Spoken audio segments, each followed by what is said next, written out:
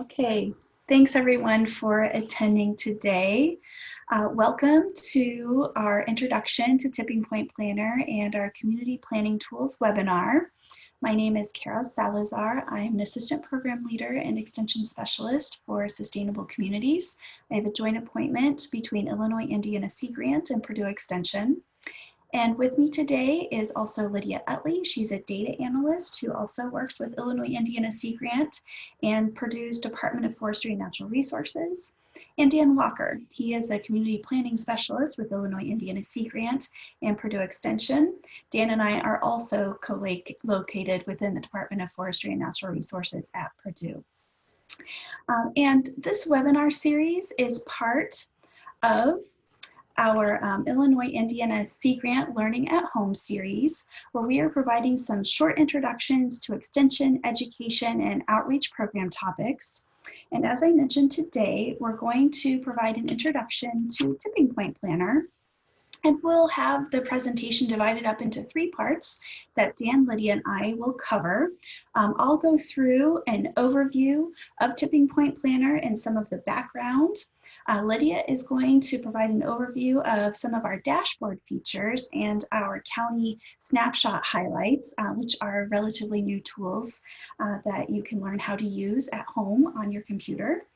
And Dan is going to talk a little bit more about delivery options and how we work with communities and how you can use some of the features in Tipping Point Planner for things like watershed management, land use planning, and comprehensive planning, among other considerations. So let's go ahead and get started. Tipping Point Planner is a decision support tool that merges the mission areas for Illinois Indiana Sea Grant, supporting research, education, and extension. We're also supporting community decision making. This is a long-term collaboration. We have around 25 researchers from 7 institutions across the Great Lakes that have worked together to develop this Tipping Point Planner decision support system, as well as the corresponding research and engagement options. This is a Great Lakes-wide focused project. We've involved community development specialists from Sea Grant and Extension throughout the Great Lakes to pilot, as well as to continue to engage with communities in planning issues. We have received funding through NOAA, the National Oceanic Atmospheric Administration, and have multiple support from agencies such as the Environmental Protection Agency's Great Lakes Restoration Initiative, and the Great Lakes National Program Office. Here is representation of several of our partners. They include our research, extension, and funding supporters. As I mentioned, we do have funding support from the Great Lakes Restoration Initiative and from the Environmental Protection Agency that allow us to provide the community engagement pieces to no additional cost for our community partners. Our research and engagement team developed Tipping Point Planner with the overarching goal of finding ecological tipping points or changes in environmental conditions before they have been reached, instead of reacting to these types of issues. Our overarching goal is to protect and restore watersheds in the Great Lakes region.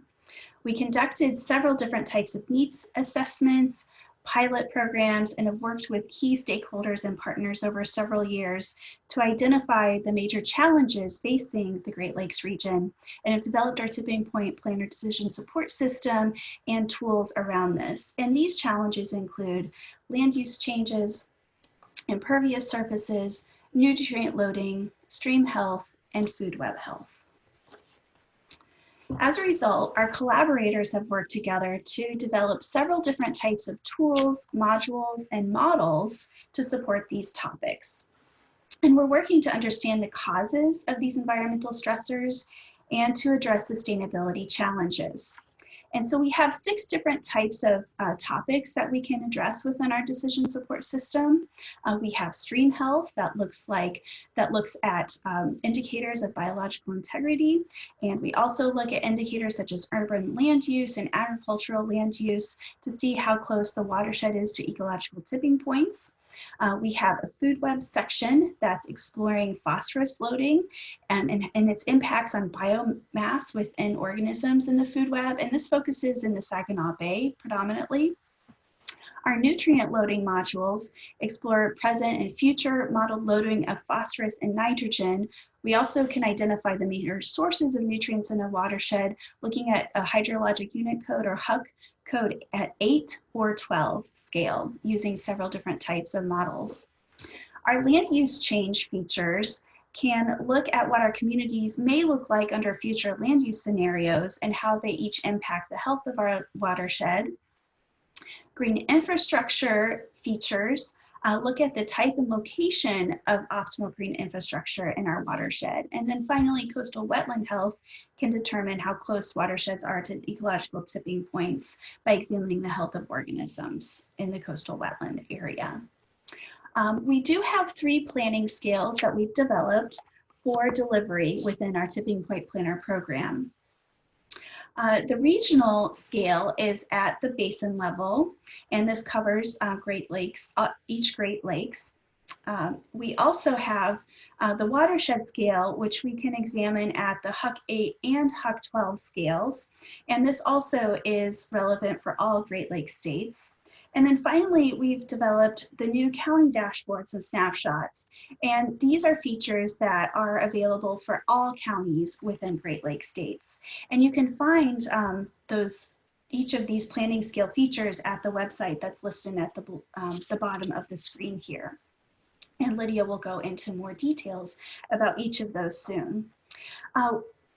For our Tipping Point Planner decision support system that focuses on the HUC 8 and HUC 12 community planning aspects, we do have several different modules to walk through for that support. And you can log on to the tippingpointplanner.org website, create a username and password. It's all free to access. And you can create and save your projects walking through these different types of modules. This portion of our decision support system focuses on the watershed and community planning. We have 3 parts to it. The community information overview focuses on assets and threats within your watershed and community. The tipping points and indicators modules include the different types of models and modules that cover the different topic areas that I mentioned before. And then finally, the community planning tools provide an overview of land use planning options, and we also start to delve into community action planning and strategies. Additionally, our Tipping Point Planner website has several different types of resources to learn more about each of the modules and models within Tipping Point Planner. We have several different types of videos that cover the research. We also have different types of articles and fact sheets so that you can learn more about the science driving Tipping Point Planner. And now I'm going to turn it over to Lydia. She's going to provide an overview and introduction to the dashboards and the county planning features. Thanks, Kara. So Kara started to highlight a bit about our regional planning dashboards and our county snapshots and dashboards. And they're used, the regional planning dashboards are used to look at lake basins to identify areas within a lake basin that you would want to then use Tipping Point Planner in. So you can look at environmental quality indicators, see how land use changes changes in the future affect water quality, and then as well as look at nutrient loading across the Great Lakes states.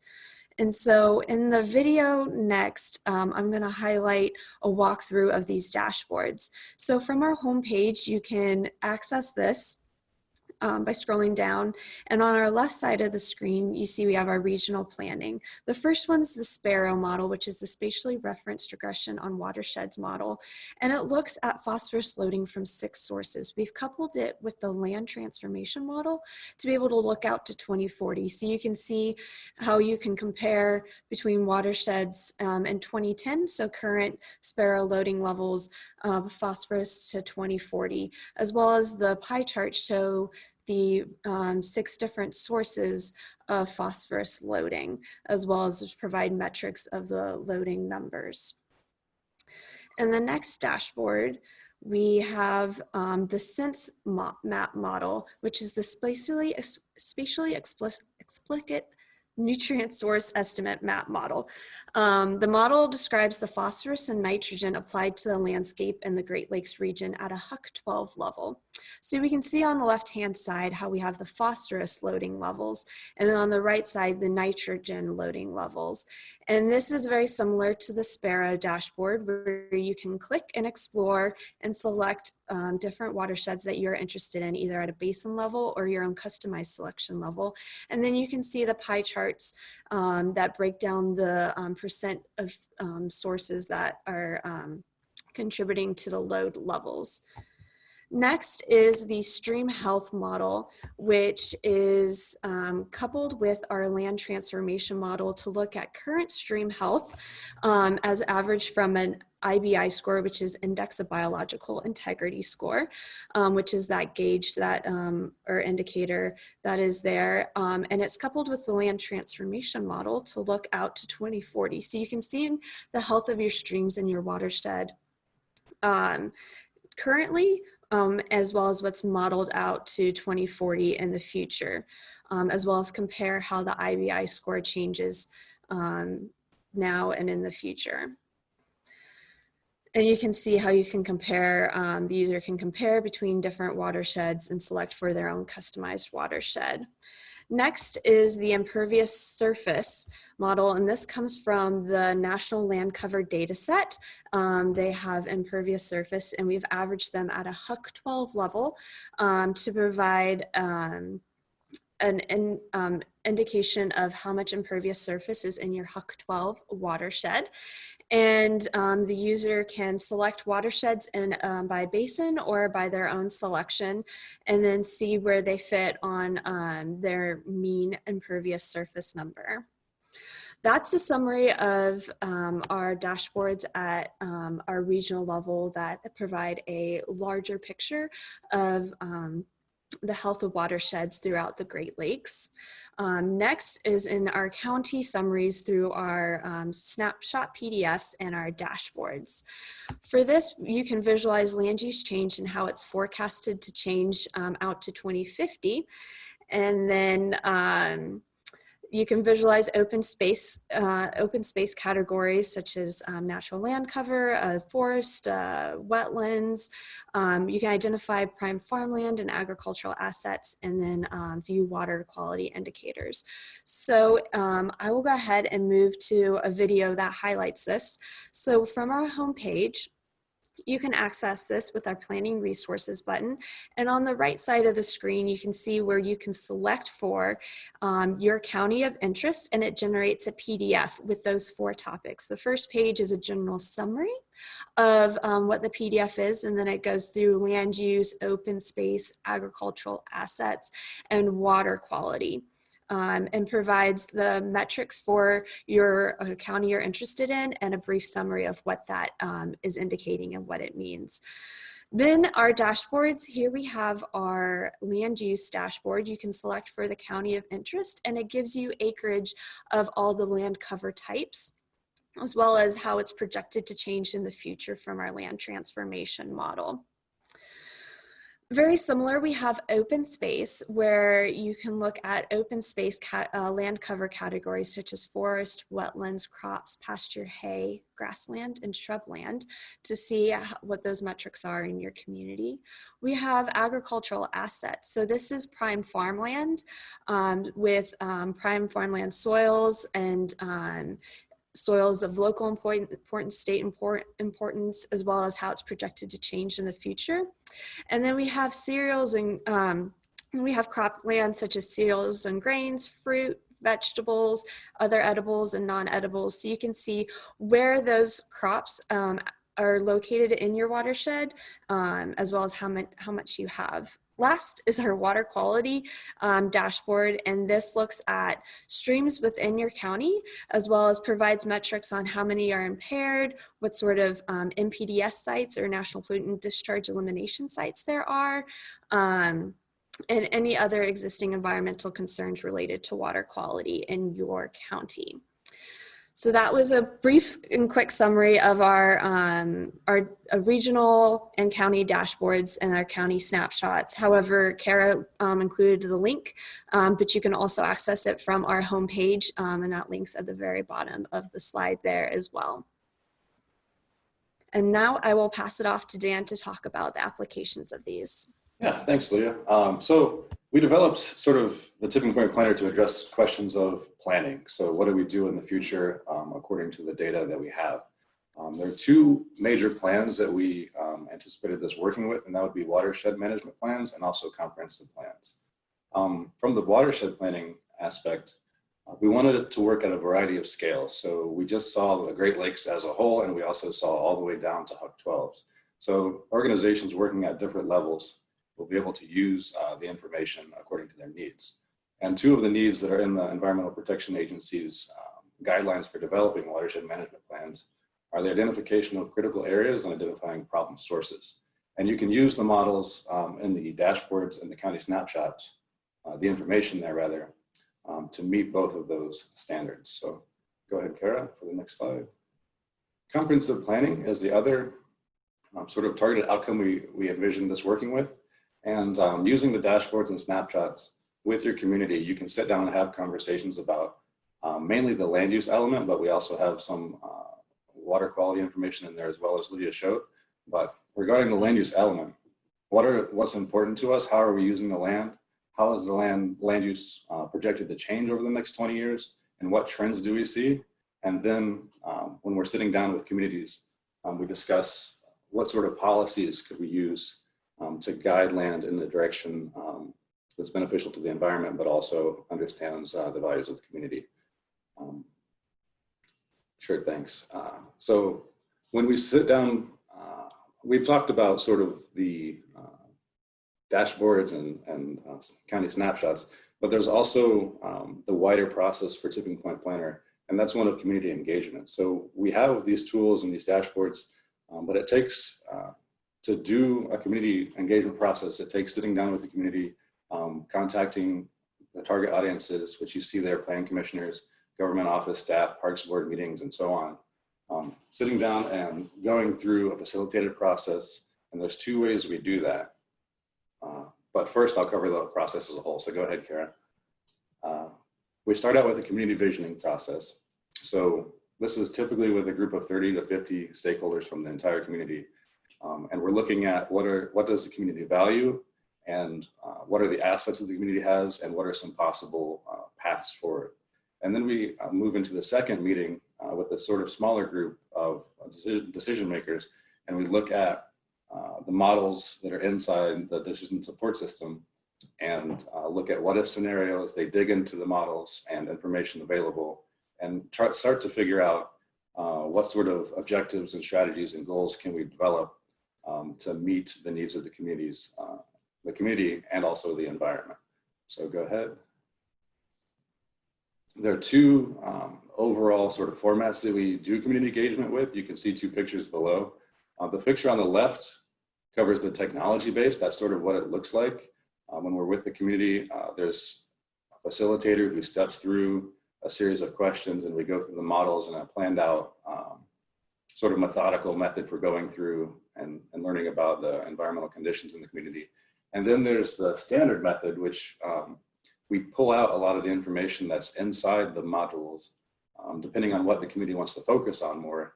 And we pull it out, put it on paper, have discussions. You can see sticky walls in the background. It's a very interactive process with facilitation, and everybody has a chance to communicate, bounce ideas off one another. And this is really focused more on strategic planning. So in the technology-based side, it's focused on looking at the information and also developing a plan, but in the standard side, it's more of working together to develop a paper sort of plan, more or less. So go ahead. So for next steps with the program, we wanted to point out again that this program is, or the information and the models and such that are inside the decision support system, they work throughout Great Lakes states. So if you're in a Great Lakes state, anywhere in the state, this information and the models inside the decision support system should work. And then we'd like to point out further that the EPA and the Great Lakes National Program Office have offered funding to support community programs in watersheds that go to the Great Lakes. So if some of the items is from Indiana, we have some Indiana target counties listed there, but if you're in a watershed that drains to a Great Lake, the funding is available to do a full community engagement workshop in your community. And then finally, our plans for the rest of the year, I mean, up to August, is to develop an online tool for, number one, teaching about the decision support system, what's the information inside. Number two, how to use it. And number three, how to do the facilitation side of the in-person workshop. So the goal of that is to expand the reach of the program and to help train as many people as we can to start doing this program in more communities. So we'll be offering that planning project starting in August 2020. So overall, we think it's a pretty strong tool for community engagement on natural resource issues, especially water quality and land use. And I guess now it's time to look at questions. Thanks so much, Dan.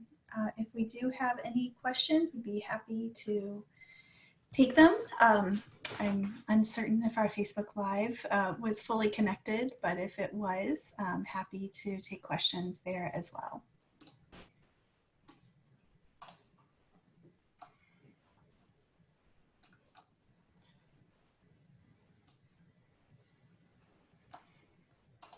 And something that we can mention too with our community planning projects, we are looking at doing more of this virtually too. So we are working on not only the format to train people of how to use it, what it is, and how to do the engagement on their own, but we're also developing stronger processes where we can engage with people virtually and remotely. So our research teams can provide presentations based on the models. We can also conduct some smaller breakout sessions with community groups and talk them through a decision-making process as we would if we were in person, but we're developing some tools and ways that we can do that in an online format too. So that's an exciting part of what we're working on for the rest of the year.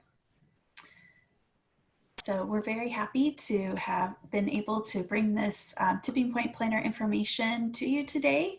And if you do have any questions, please reach out to any one of us, and we are happy to engage and work with you on designing a program for your community. So thanks very much and have a great day.